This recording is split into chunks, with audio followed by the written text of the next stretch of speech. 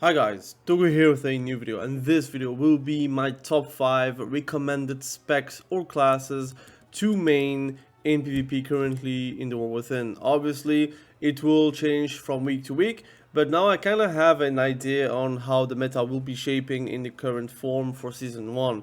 Now, obviously, they could always do like a lot of hot fixes, that can always happen, but those are my recommended specs or classes, even if they get nerfed, kind of deal. I'm going to give you a spoiler or a disclaimer. Again, alting or maining specs are being more easier than ever because of gearing being very streamlined, and you have different sources of conquest that you can gain from. And currently it has been like super easy to switch mains or switch alts whatever you can, whatever you need to.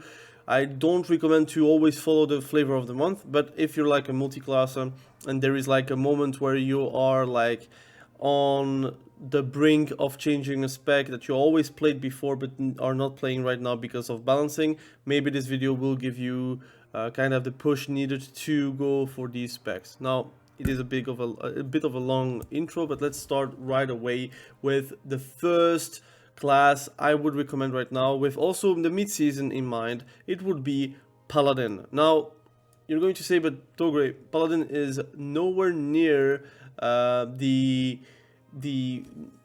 juggernaut it has been in PvP. Yes, Holy Paladin is not the best healer. Yes, Retribution Paladin is actually kind of middle of the road, and Protection Paladin is kind of a meme right now. Yes, that is true. But Holy Paladin got buffed previous week, or at least this week too, which is making Holy Paladin way better right now at dealing a bit of damage, but also at healing. Their mana regen is actually good right now, and if you're like managing your mana correctly, you could actually end up winning games even in high dampening. Your Blessing of Protection is actually very good versus the current meta. You have a way to also dispel diseases with your Flash of Light, for example, spam that you can do with a PvP talent. And again, Bob is super strong versus the current meta because Feral Druid is very meta, Hunter is very meta, Hunter is actually getting into the meta because of Jungle Cleave being strong, so you could play or BM. And in general, any warrior is actually going to detest the way to have to fight a Holy Paladin in Soul Shuffle or in a Soul RPG. Even that is going to be better for Holy Paladin in the long run. I also reckon that they are going to get buffed still, because we have still Preservation Evoker very strong, Disc Priest very strong, and I do feel like Holy Paladin is sleeper right now. Like, people are like really underestimating Holy Paladin right now, and that is going to be changing with the mid-season, because mid-season has a lot of changes on the class tree. For example, you can bop on yourself. For example, it gets dispelled or taken, and now you have Forbearance. Good thing is now you have a talent that is making you available to Divine Shield even if you have Forbearance. So you always have like a oh damn button that you can always press whenever you're like in like serious trouble. So that is going to be quite interesting. I think the class tree is going to be very good. I don't know if they're going to change a lot on the spec tree, but the class tree is changed that much that it will feel like you're playing a whole rework of the class and not only the spec. Talking about that, Retribution Paladin is actually middle of the road, which is making them more susceptible to get buffs in the coming weeks or in the mid-season. In the mid-season, it is a pretty big buff to be able to like lay on hands on you, and then also Divine Shield is actually fantastic. And with that in mind, you could always like save yourself if you're playing with a Holy Paladin that decides laying on hands you. They're not going to like literally grief you by doing that. Now you can always be able to do a Divine Shield, which will open up a lot of like the good comms that are going to be available to you in Soul Shuffle or in threes, for example. There will be a way where you can play like literally double paladin with a warrior. It's not going to be fantastic, but there is a possibility to do double Hodges where nobody will be able to dispel, and they will have to trinket somehow, some way. So there is a way where you can play that, and I think Retribution Paladin is like more likely to get buffed than nerfed, and in current meta it should be doing okay. Now, again, it is susceptible to getting kited, but luckily I think Retribution Paladin is actually good, like with ranged, and you have a lot of ways that you can outplay the enemy because of your whole kit. So I look forward to the changes that they're going to do in the mid-season. That's why I'm actually recommending it, because now we are like close to October, if not October, like next week pretty much. And we will have like 1 month before the mid-season, which I think will come at the end of October. So if you are going to level a new Paladin, or you're going to gear up your Paladin that was in Dragonflight, you should do it right now, and I think you will be ready for the mid-season. Now, for the fourth place, so the second spec or class that I'm going to recommend right now to play with mid-season in mind, but also right now with the current meta, I think Hunter is a very, very good like recommending spec or class like as a whole to the whole community. I think again, Hunter has like 3 specs that are actually very potent in PvP. I think BM Hunter, I had been bashing BM Hunter at the start of the season, but the buffs were good, and the mid-season is looking very, very cool. Cobra Shot is going to be interesting again. There will be some builds where you can play Cobra Shot. I think the Spectre is going to be way more interesting than right now. You have some kind of change where your double pet, so you have a double pet talent, which is going to reduce the damage of your overall pets. That is going to be removed, but your kill command is going to be reduced. I think your melees are actually, nothing changes, but it's weird how they actually did that and why they do that. But it seems like they can always like modify the modifiers if they need it by doing that.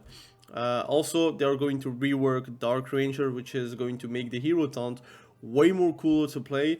I wish they could do the same for Pack Leader, but I think right now Pack Leader is kind of very vanilla, very, very no taste, and actually needs taste by actually reworking it probably. But that's talking about BM Hunter. But if you're talking about survival, right now survival is really, really underestimated. I think you can do very well in Soul Shuffle. You can actually like do something in solo queue RPG, and in 2s it is one of the better specs as well. And in 3s you could find like a good comp where your survival hunter is going to be able to shine. And then MM Hunter, which to be fair right now is one of the better spec, if not one of the best specs in the game. I did make a tier list yesterday, so again, there is no secret for me. I think MM Hunter deserves a nerf, but even if they nerf it, I don't think it will make it unplayable. MM Hunter is also one of the specs that feel like a real hero class, hero spec, in the sense where in solo queue you can really shine, especially in solo queue RPG, but also in Soul Shuffle. I think the chaos nature of the game mode just makes it way easier for you to enjoy your spec. Your hero taunt is going to be also reworked. I think Dark Ranger is going to be fantastic in the mid-season, and even then right now you have Sentinel and Dark Ranger, which are both very playable depending on the situations that you're in. If you're the target, Sentinel is very good, and you have a lot of high value with your Sentinel damage and your Lunar Storm. And whenever you're going to play Dark Ranger, you're having a lot of like on-demand kill shots and the ability to do a lot of damage in a short period of time, which is always going to be very useful. So I'm going to recommend Hunter, and again, flavor of the month. It is true, I think a lot of people are going to play Hunter these days because of that. But I can recommend it because I think like in the mid-season they're changing a lot of like the things that were not great for me. And in general right now it feels like it can't get nerfed to the point where it's like unplayable, especially for MM. I think BM Hunter, they just like literally buffed it, so I don't think they're going to nerf it or reverse it anytime soon. The tier set is kind of boring though for BM, and Survival Hunter is again more likely to get buffed, even though they are like literally sleeper. So this is going to be the fourth or second recommendation of this video. Now we have a third one, and this is no secret. I already said that multiple times, and if you are not a fan, I understand, because I'm not a fan as well. But Evoker, the class itself, is probably one of the strongest, if not the most versatile class in the game. You have Preservation Evoker, which is still a top 2 healer, if not one of the best healers in solo queue RPG, or just one of the best specs in the game just in general. And then you have Devastation Evoker, which I think is going to be very hard to nerf, because a lot of the power resides to the PvP talents of things. I'm recommending this spec, like Devastation, although I really detest fighting one, so it is really unbiased. I could say that, look, don't play Evoker, but the truth is, if you can go past the models of Evoker, I think it is one of the best specs in the game. I think it is also what is going to be the future of the game in general, because it is having like a lot less keybinds and a lot of the specs in general and classes in general. Your rotation and your damage is actually coming off like around 4 spells in general. I think it is one of the most simplest specs to play as well, and one of the most lower skill capped specs in my opinion, although you have a pretty high skill ceiling, because again, the difference between a very good one and a very bad one, it has a big difference. But I think like anyone can jump in on Evoker and still do very well. They have like loads of damage, it is very overloaded, and you have like PvP taunts that can literally save you. You can do time stop on yourself, or you could like literally disintegrate people, or mass disintegrate. You can steer your deep breath, which before you could not do, so now you can even miss your deep breath and still do it okay. While before you could actually dodge it, now it's very hard to dodge one. And the ability to hover every single time and being like not slowable is one of the most hardest thing to deal with if you're a melee. So I think if you want to play a caster, it is one of the best casters in the game, and you are also very versatile at that. Many comps are available to you in threes, and I would say in twos right now it is very strong as well, because it's very annoying to deal with. Augmentation Evoker is like a very much of a surprise spec. If you're playing Evoker, most likely you're going to play for Preservation or for Devastation, but you could also try your hand at Augmentation, which is also a great spec, although very niche and very sleepy. I think in threes you just need a lot of coordination. In Soul Shuffle you could do a lot of damage, but it doesn't like last too long. I do feel like, from what I've read, that the 4 set is actually very good for Augmentation Evoker. I could be wrong, but that makes it very interesting to play around with. So, again, I think Evoker, the class itself, is really a hard recommendation, although personally I have a lot of difficulties to actually play one. But I do feel like if you can go past the model, it is probably the best class in the game that you can play right now, and most likely not going to be nerfed enough to make it like useless. So you're kind of safe with Evoker in general. Now, the second, or at least the fourth recommendation, which is the second best recommendation I can make, is playing a Unholy DK. Or you can play DK, but the truth is, if I'm going to recommend DK, it would be Unholy DK, because the damage is really insane. I think the skill cap of the spec has been lower than before. I think you have a lot of preparation still for your burst, but all of your damage comes from your diseases, which is one of the easiest thing to set up. You just put your virulent plague, you get 3 dots, then you're going to do a score strike, and boom, you have like the dots like hyped up with a lot of damage. And obviously you have your death coils, you have your wounds, you have your festering strikes, and then popping with score strikes, or your apocalypse, or you have your abomination, wherever you're going to pop it. You're getting also the riders, which are also going to be very neat as well. You can use it as pets pretty much, and they're very annoying to deal with. So in general, I think Unholy DK is very strong, and I don't see a world where they're going to get nerfed enough to make it irrelevant. Good thing is about Unholy DK, they are living in a meta where they are actually very good. In threes especially, where you can play Feral Druid and Unholy DK, which is very, very tough to deal with. You can play BM Hunter and Unholy DK, you can play MM Hunter and Unholy DK. You can even play Survival Hunter and Unholy DK. You can even play Warrior and Holy DK, you can play your Retribution Paladin and Holy DK, you can also decide to go Affliction Warlock with an Holy DK. It is one of the most versatile spec in the game, where you can be literally playing with anyone and anything and still make it work. It is also one of the specs that are like very bursty and very consistent at that. Like in general, it is topping meters. If you're not topping meters, it means that you're not keeping up your diseases well enough, or you are not playing the right build, which is possible. And if you're like really tired of Unholy DK, you still have Frost DK, which is flavorful, although people say it's very easy to play. I find it way harder to play than Unholy DK because you are very much dependent about setups, you're very much dependent on how you deal damage, and it is easy to screw up as a Frost DK, while as an Unholy DK, even if you're screwing up, you still have diseases, which is literally passive damage. So you have that. You can also try your hand at Blood DK, which is a tank. People hate to talk about tanks in PvP, but it is something that exists. Like you have Soul QRBG, you have Soul Shuffle, even you have also World PvP. I think Blood DK is quite strong actually. Like you have Deathbringer, which is interesting, or Senlain. But in general, Deathbringer is like very satisfying to play. And again, DKs are also going to get changed on the mid-season, with Deathbringer being like a lot of changes and being very flavorful as well.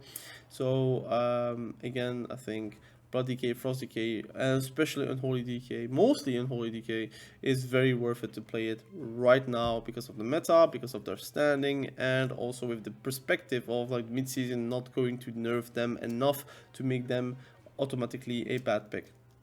It is a very safe pick to play, and I think anyone can play Unholy DK and make it feel like very strong if you're like capable to do some chain CC. Now, the last one I'm going to recommend will come after the bonus I'm going to give you. A little bonus I give you two bonuses which are not in the top 5, but I would always recommend to play either priest or warrior if you're looking into a specific archetype. If you're like looking for a melee and you do not know what to play and you want to just learn how to play melee, Fury Warrior and Arms Warrior are probably the best archetypes for you to play right now if you are wanting to learn melee. It is not hard to play melee, but trust me, in a meta where you're getting kited every single time, you have to deal with it, you have to learn with it, and you have to use your mobility correctly. For example, I see still a lot of warriors like leap at the start of the game, heroic leap literally, while they're still on their mount. You could easily just walk up on your mount and hit someone, hamstring, and boom, you're good to go, instead of using your mobility and then getting kited afterwards. So melee, very interesting. You can play warrior, and I think you would be satisfied 99% of the time. It is not like fantastic in solo RPG because it is like low impact in my opinion, but it is still a very needed spec or class to play in general because you want the mortal strike effect, which is on Arms Warrior possible as well. Like it is known because of Arms Warrior, but Fury Warrior has the better one, which is 36% over the course of their ability, like damage that they did, and it will be restacked at the end. Once it's ended, you can restack it back to 36 pretty easily. So it's one of the better specs at that. And I think to learn melee, it is one of the most fundamental classes in the game. If you can learn play warrior, you can basically learn anything in the game, melee wise. And priest, why would I recommend priest? I think disc priest is probably the most fun spec to play healer wise in the game if you're like discounting Evoker. Holy Priest is interesting because it's really bottom of the barrel, but it seems to get like constant buffs because it is currently very underperforming. So I do expect something into their direction very soon, and that's why it's also a very good pick in the mid-season as well. But for now, if you're thinking about it now, Shadow Priest is still very strong, Disc Priest is very strong, way more strong than a Shadow Priest, that's for sure. But you have the option to always play Shadow Priest, and again, I think if you're playing Shadow Priest, you're going to be able to play any other spec in the game. It is quite tanky, but it is very immobile, and having the immobility of Shadow Priest currently in the game, if you're hopping off on another spec, you're going to directly feel like you're going to be OP because you have a lot of mobility, while Shadow Priest you don't have that. So comparison is something real for Shadow Priest, but even then you're able to carry games because of your CC. Now the last one I'm going to suggest, and which is the top one suggestion I would do, is to actually play Feral Druid and profit from the flavor of the month. That is the truth right now. Flavor of the month is Feral Druid. It is one of the best specs in the game, if not the best. In the top Soul Shuffle players, it is Feral Druid. I think it's top 1 right now, but also like in the above 2100 bracket of Soul Shuffle, you will see the most feral druids in the US and in the EU. You have a lot of great feral druids currently, and I think with the buffs to the bleeds and how it plays, I think it's a very worth spec to learn. Now, it is the recommended spec, but I would not say it is a recommended spec for everyone and anyone. I would recommend it based on the fact that you already played Feral Druid in Shadowlands or Dragonflight, and you're looking for a reason to play Feral Druid again. This is probably the best recommendation I can make. Play Druid, play your Feral Druid, and if by luck or chance or like unlucky scenario your Feral Druid becomes unplayable, you still have Balance Druid, which is notoriously always good the further down the season it goes. And you still have a healer backup, which is Resto Druid, or you can just play tank as a Guardian Druid if you want to. So you have a very versatile class, and that is a recommendation I can make. Now, it is not the easiest to play, that's for sure. It is one of the hardest classes in the game as a healer, or as a Balance Druid, or as a Feral Druid. But I think with current playstyle, Feral Druid is having like very, very good impact in those games. Now, I will leave it at that. It has been a 21-minute video. I'm very happy about that as well, that it is not a 1-hour video. But those are the classes I would recommend right now for PvP. Again, it is not like gospel. It is not like the one true word of God. It is like literally not saying me, you have to play this, or you're like literally trolling. No, just play what you like, play what you found fun. I am someone that plays Elemental Shaman, which is like probably one of the middle class, okay, like in the game right now. Like, it is not performing as I would like, but it is performing still. Still play Enhancement Shaman, although like I'm not really like commenting as much as before, because right now it is not that good. I'm playing also Frost Decay, I like it. I play Arms Warrior with crit build, which is not like meta at all. So again, I'm not following the flavor of the month, but I do understand like some people in my community does love to change classes based on their popularity, based on their performances right now, which I understand. Like, again, if you want to reach your goals, that is the way that you need to do if you want to reach your goals easier. But again, I would always say fun over everything. So if you're not having fun as a Feral Druid, don't play Feral Druid. If you're not having fun as an Unholy DK, just swap classes or alts. Like, you still don't have the problem where you had to literally build again your gear from zero. Right now it is very easy to like send your honor to your alt, but also just easy to get your crafting up, easy to actually get the bloody tokens as well. Like, again, the catch-up mechanics are insane for conquest and bloody tokens. So again, like, try to capitalize on it, try to find something that is fun, try to push with it. If you're tired of it, switch. Again, thank you for watching. Have a great day.